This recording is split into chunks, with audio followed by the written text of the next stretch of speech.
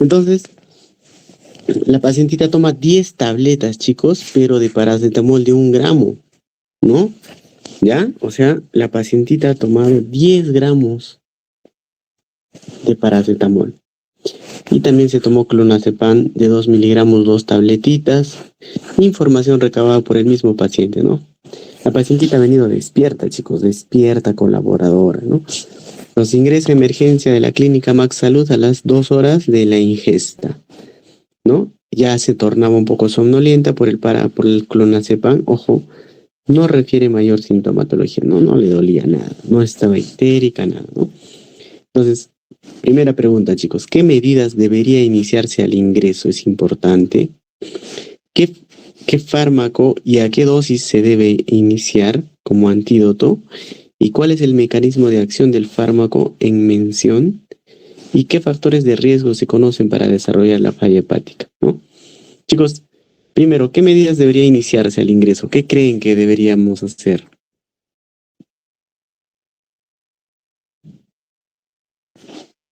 Ha venido 2 horas, o sea, 2 horas después de la ingesta, ¿no?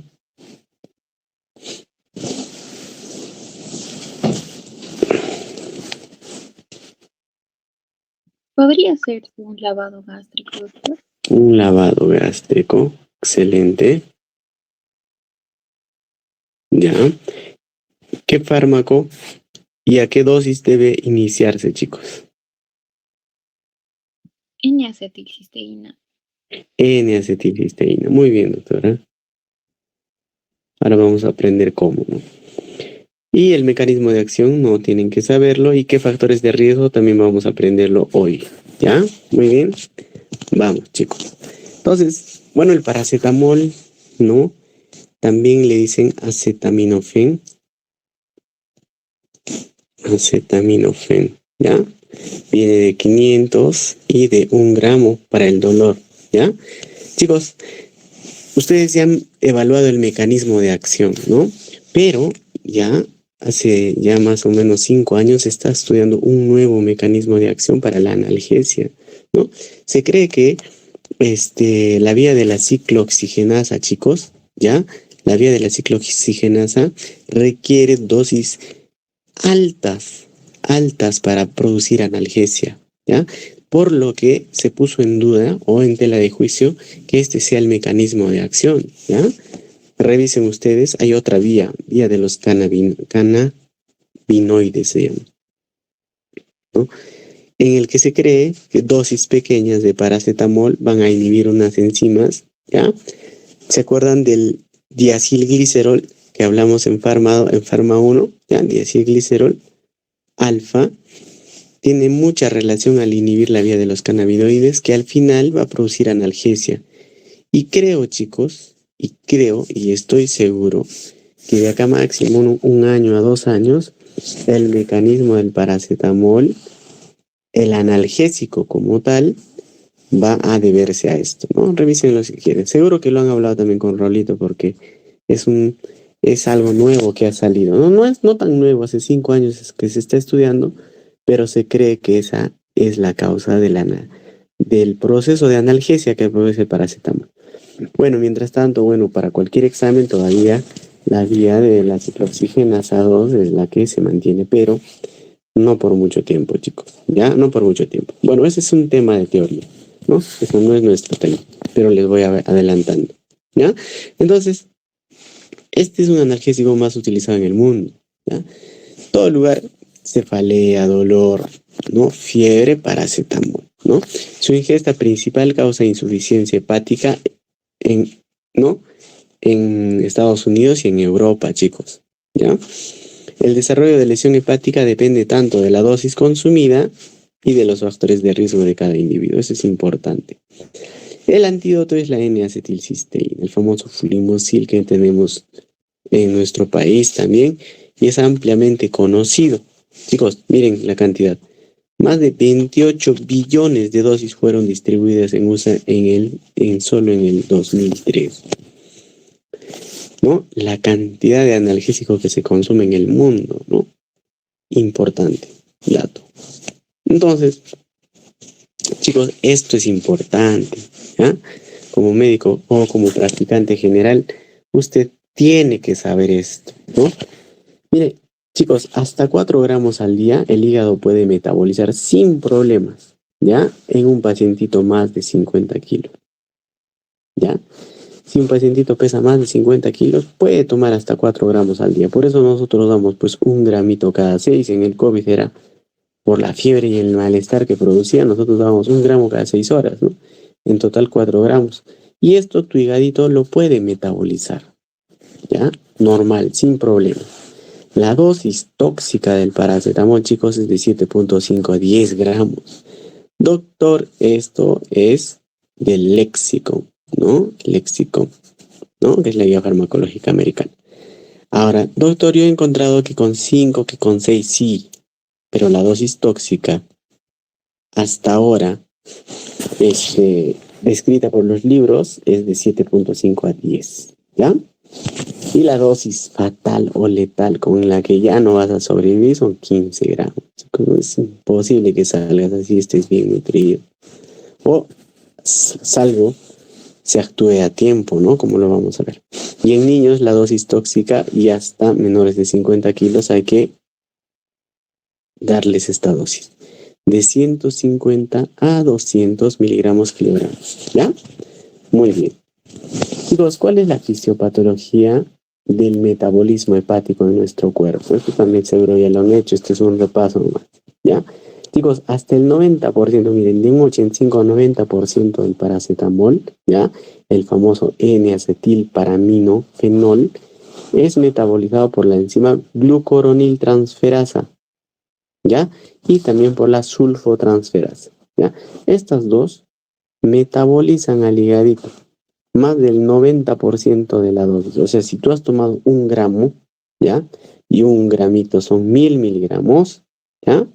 De esos 1000 miligramos, 900 miligramos van a ser metabolizados, chicos, por la glucoroniltransferasa y la sulfotransferasa, ¿ya? Entonces, un 2 a un 5% va a ser eliminado, ¿no? Sin cambios por el riñoncito, ¿ya? Y miren, hasta un 10%, chicos, o sea, casi 100 miligramos de lo que has tomado, del gramito que has tomado, ¿ya? Es metabolizado por el sistema P450, el famoso CYP2E1 que hemos hablado, hasta el cansancio en Pharma 1, ¿ya? Convirtiéndolo en un metabolito inactivo, pero recontratóxico, la famosa N-acetil parabenzoquinona imina, el NAPQ1, ya grábense, NAPQ1. Este es tóxico, chicos. Este deteriora la mitocondria y destruye el hepatocito hepático, ¿no? Valga la redundancia. Entonces, como el cuerpo es noble, ese NAPQ1, ese 10% que se convierte en NAPQ1, que es tóxico, chicos, en condiciones normales y con glutatión en nuestras reservas es conjugado por la glutatión transferasa. Esta enzima es limitante, acuérdense, ¿ya? ¿Y en qué lo va a convertir? Lo va a convertir en conjugados de cisteína, que es no tóxica, se elimina por el riñón, y de mercaptopurina, que son excretados por la orina, ¿ya? Entonces hay 3 enzimas importantes, la glucoroniltransferasa y la sulfotransferasa, que metabolizan el 90% hasta, digámosle, ¿ya?, del paracetamol. Y ese 10% tóxico que queda, que es un metabolito inactivo, el NAPQ1, lo va a metabolizar el glutatión transferasa, ¿ya? Chicos, esta glutatión transferasa puede metabolizar, chicos, hasta un máximo de 4 gramos día, ¿ya? Porque tenemos reservas de glutatión, pero si digamos nosotros nos excedemos con 5 a 6, 7 gramos al día, ya no va a haber glutatión, ¿ya? Y si ya no hay glutatión, aumenta la cantidad de NAPQ1 y dosis tóxica para el hepatocito, deterioro mitocondrial, muerte celular, necrosis hepática y falla hepática. Así es, ¿ya? Entonces, ¿quiénes tienen poco glutatión? Eso vamos a verlo ahora, ¿ya? Muy bien. Entonces, lo mismo que hemos hablado, chicos, acá está tu paracetamolcito, tu 5, menos del 5% sin cambios por tu riñoncito. ¡Fum! Se elimina, ¿ya? Hasta el 90%, les he dicho, se glucoroniza o se conjuga con la glucoroniltransferasa o la sulfotransferasa, ¿ya? En metabolitos inactivos que son excretados por la orina, ¿ya? Estos no necesitan tener, o sea, no necesitamos depletarnos de glucoronil, de sulfato, de la sulfato conjugasa ni de la glucoroniltransferasa, no. Tenemos en nuestro cuerpo. Lo que no tenemos mucho es la glutatión, la conjugasa de glutatión, chicos, ¿no? Entonces, hasta un 10% de todo ese fármaco que has tomado se va a transformar en NATQ1. ¿Ya? Este NATQ1 es el que va a provocar la muerte celular, ¿ya? Y al final puede llevar a daño hepático. Y acá está pues la clave, chicos, ¿no? La glutatión transferasa va a convertir ese NATQ1 en moléculas y conjugados de cisteína y mercaptopurina que también son eliminados por la orina. Pero esta glutatión se acaba cuando excedemos algunas dosis. Entonces, para aumentar esta glutatión transferasa, ¿qué damos? La famosa N-acetilcisteína. Entonces, de ahí nomás sale el mecanismo de acción. ¿Qué hace o cuál es el mecanismo de acción de la N-acetilcisteína?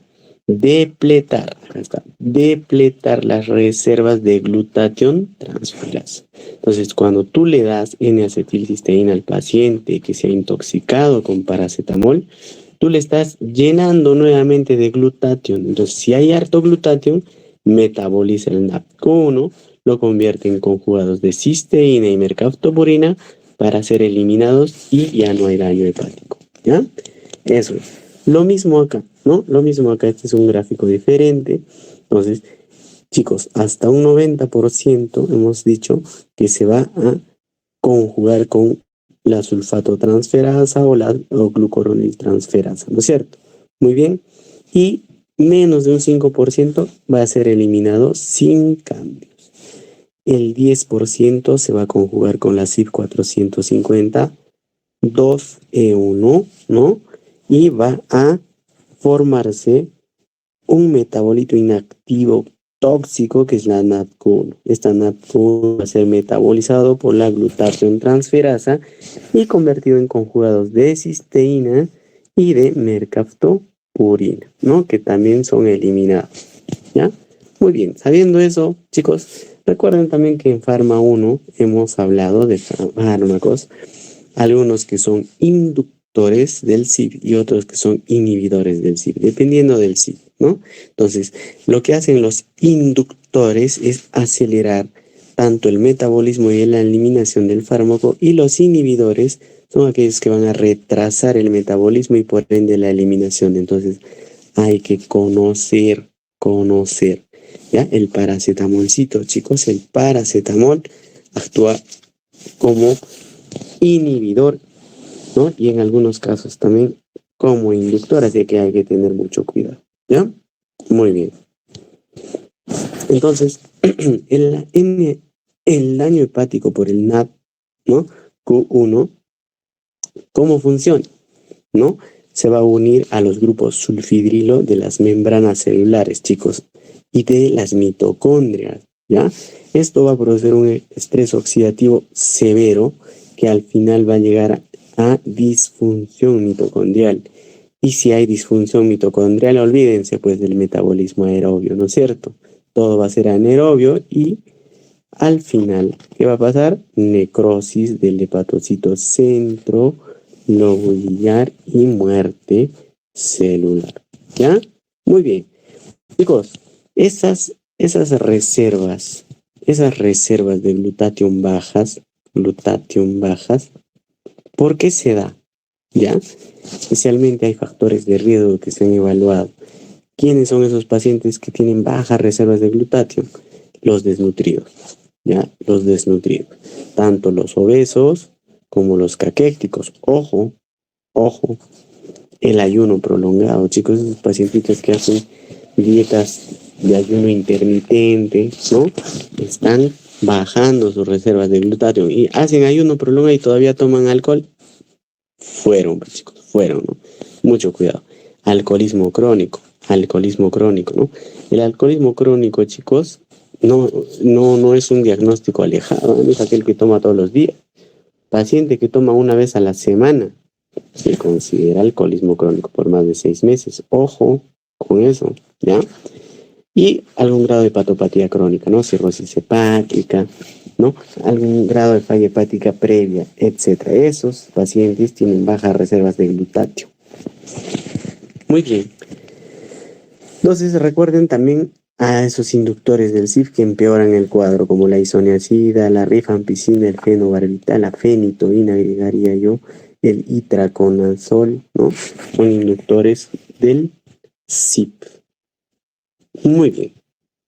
Entonces, chicos, ya sabiendo la fisiopatología, tienen que recordar que las fases de la intoxicación por paracetamol. En la primera fase, chicos, en las primeras 24 horas, no va a haber cambios en el laboratorio. Así hayan tomado más de 7.5 gramos de paracetamol. No va a haber dolor, ¿no? No va a haber otras molestias. Nuestra pacientita estaba asintomática, salvo por el clonazepam, estaba somnoliente, ¿no? Entonces, yo ya sabía eso. Entonces, en la fase 2 de las 24 a 72 horas, chicos, el paciente va a presentar dolor hipocondrio derecho. ¿Por qué? Porque como va a haber muerte celular, los hepatocitos se hematizan, distienden la cápsula de Gleason y por la hepatomegalia, dolor en hipocondrio derecho. Las enzimas hepáticas comienzan a trepar, ¿ya? Solo la TGO y la TGP. Mucho ojo con eso. Y en la fase 3, ya de 72 a 96 horas, va a agregarse ictericia, ya amarillito, las bilirrubinas conjugadas vuelan, ¿no? Falla hepática, ¿no? La falla hepática se considera aquel paciente que tiene hiperbilirrubinemia con elevación de enzimas hepáticas y TP prolongado, más un grado de encefalopatía. Esa es falla hepática, ¿no? Entonces, falla hepática, encefalopatía, TGO más de 30.000, miren, unidades por litro. Hipoglicemia, obviamente, chicos, ¿no? Cuando hay falla hepática, primero se presenta hipoglicemia y el TP se prolonga. Al final, la última etapa es la falla multiorgánica y muerte. Si logra, chicos, pasar la fase 3, la fase 4 es la recuperación, ¿no? Recuperación. Pocos pacientes sin tratamiento antídoto llegan a esta fase, ¿no? La mayoría fallece, ¿no? Y el manejo, ¿no? Lo nuestro, chicos, a la práctica. ¿Cómo voy a manejar a ese paciente? Como bien lo dijo la doctorita, si estamos dentro de las 4 horas del arribo del paciente al cuidado de emergencia, carbón activado, chicos, no se olviden, carbón activado dentro de las primeras 4 horas. Doctor, no hay carbón activado en las farmacias, en las clínicas, etcétera. Con agua destilada o cloruro de sodio, chicos, con su sonda nasogénica, 3 a 4 litros, métanle, hay que sacarle toda la cantidad de paracetamol que se pueda extraer. Recuerden que el paracetamol no se absorbe en el estómago, se absorbe del duodeno para abajo, ¿no es cierto? Entonces, si todavía hay paracetamol en el estómago, sáquenlo, chicos, ¿ya? Pero eso podemos hacerlo solo hasta las 4 horas. Y ahí, mediante el peristaltismo, ¿no? Ya el paracetamol ha migrado a otras áreas y es imposible, chicos, extraerlo con carbón activado. Muy bien, excelente. Seguimos. Entonces, después de un buen lavado gástrico con carbón activado o simplemente con agua destilada o cloruro, tenemos que poner pues el antídoto, ¿no? La N-acetilcisteína para depletar o repletar las reservas de glutatión, ¿no es cierto? Tenemos que llenarle de glutatión para que ese NATCO1 se inactive y lo orinemos, ¿ya? Muy bien.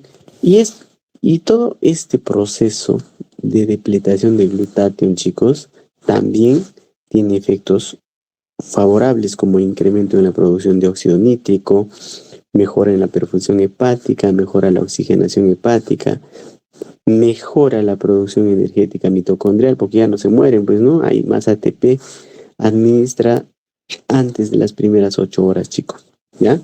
De haber ingerido la dosis.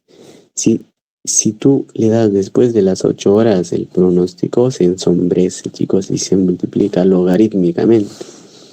Y la dosis del fármaco es la siguiente, miren, 150. Este es uno de los tantos esquemas que hay, este es del UpToDate, ¿ya?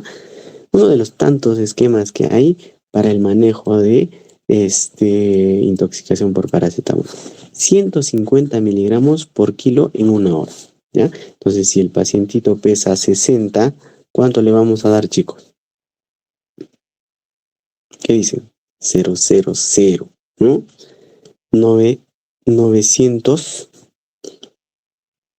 9.000 miligramos. Recuerden que la ampollita de la N-acetilcisteína viene de 300. ¿Cuántas ampollas le voy a dar, chicos, en la primera hora?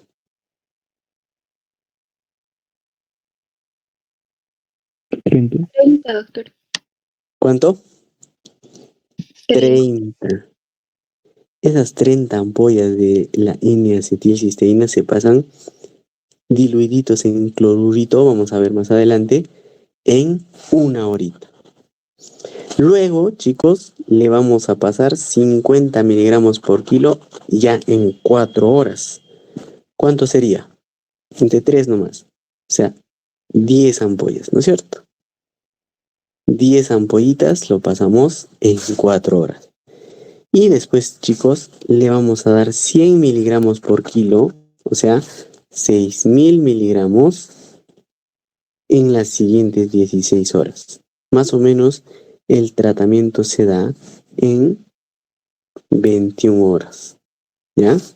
Entonces ahí tienen y las siguientes 20 ampollas en 16 horas, ¿ya? Y es la única forma de salvar al paciente, chicos, ¿no? Hay que darle oxígeno porque como está entrando un metabolismo anaerobio, no hay mitocondrias, no hay energía, hay que meterles oxígeno, ¿no? Si la hemoglobina está cayendo para transportar el oxígeno, hay que darle, evitar la falla hepática, ¿no? Entonces, ante el caso clínico que ahora tenemos a la mano, ¿qué medidas deberían iniciarse antes del ingreso? Lavado, con carbón activado, pero siempre mencionando antes de las 4 horas, ¿ya? ¿Cuál es el fármaco y cuál es la dosis que debe iniciarse? Recuerden lo que les estoy, las dosis que les he indicado, chicos. N-acetilcisteína. Primero 150 por kilo, primera hora, ¿no? Luego 50 por kilo las 4 horas que siguen y 100 por kilo las 16 horas restantes. Esa es la respuesta ante la pregunta si les pregunto eso, ¿no? ¿Cuál es el mecanismo de acción del fármaco en mención, ¿no? No tienes que leerlo, simplemente que la N-acetilcisteína depleta las reservas de glutatión transferasa del hígado para poder metabolizar a el NAP-Q1, ¿ya? ¿Y qué factores de riesgo conocen para desarrollar falla hepática? Hemos visto desnutrición, obesidad, hepatopatía crónica y alcoholismo crónico, ¿no? Muy bien. Muy bien, chicos. Solamente eso. Y mañana es su examen, chicos. Sí, doctor, el día de mañana. ¿Mañana es el examen de práctica o de teoría? El doctor me dijo que iban a hacer los dos, doctor. Ya, seguro que me va a pedir las preguntas. Muy bien, chicos. Hasta la siguiente parcial. Hasta luego.